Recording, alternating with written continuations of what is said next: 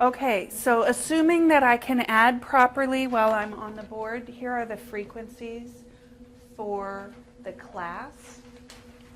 So that's what goes in number 11 for frequency. What is a relative frequency?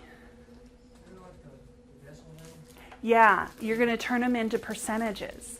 So you need to add up how many there are and divide by that total to get the relative frequency. Okay?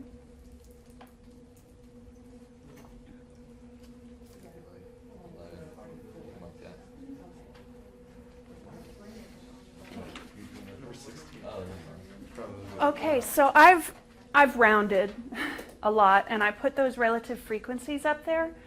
And what does this 0.03 mean? How do we interpret that 0.03? Does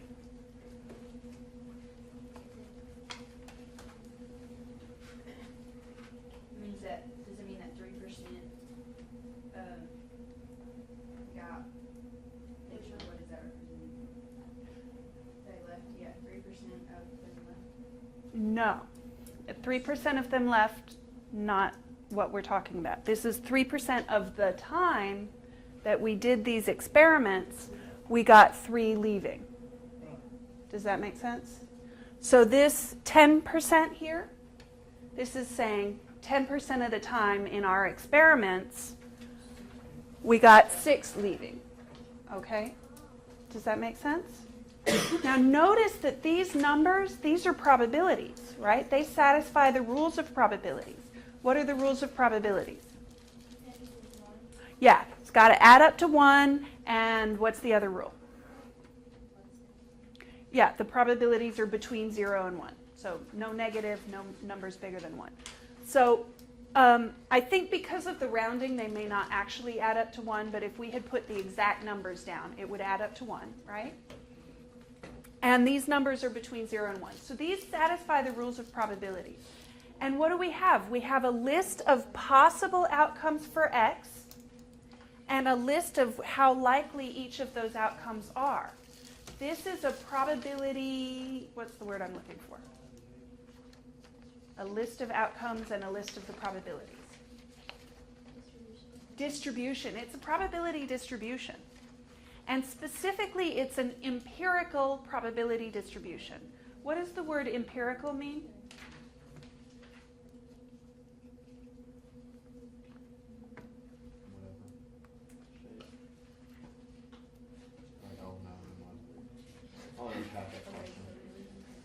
I always have to ask the hard questions. So what's the, based on data. Empirical means that this was calculated based on data that we gathered, that we actually did stuff and wrote down numbers based on experiments. So if you have a probability distribution that's based on data that we gathered, you're going to have the opposite, which is a probability distribution based on. So when we did probability, we had empirical probability and we had theoretical probability. Here we have empirical probability distributions and theoretical probability distributions, right? And so if you look at number, 12? 12, you have the theoretical probability distribution for this experiment. If you do a binomial experiment with n equals 10 and p equals 0.75, this is the theoretical probability distribution that you should get. And it's written there in 2 ways. You've got the table of possible outcomes and the probabilities of those outcomes. And you've also got that line graph. What's the line graph showing you? It's just representing that table with a picture, right? So that the height of those lines is the number in the table. Does that make sense? So based on that theoretical probability, we can compare that to the empirical probability distribution that we got. And you'll notice that we didn't get any 0s, 1s, and 2s. What's the theoretical probability of 0s, 1s, and 2s? 0. What does a 0 probability mean? Not going to happen.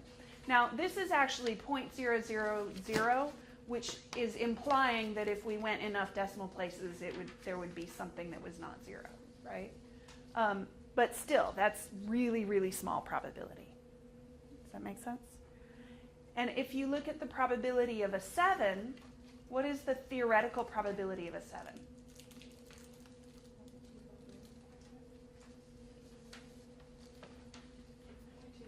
0.25, right? So you just read that off your table. And that's saying that roughly 25% of the time you should see a 7. For our empirical probability, we got 34% of the time we saw a 7. You know, that's okay. How could we improve and get our empirical distribution closer to our theoretical distribution?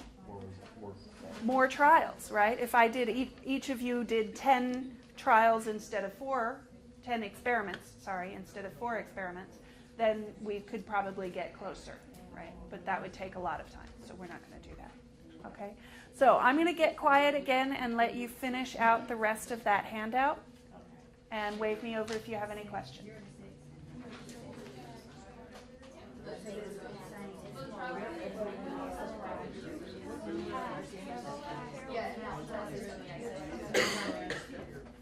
For these, you're going to use this one. Okay.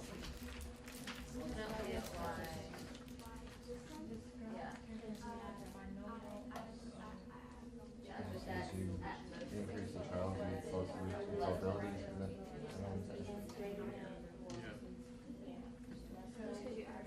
Or is it more? As you increase the trials,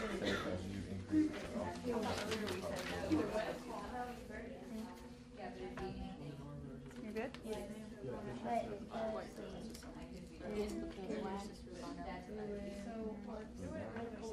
Yes, because doesn't matter how many, I mean, basically it's all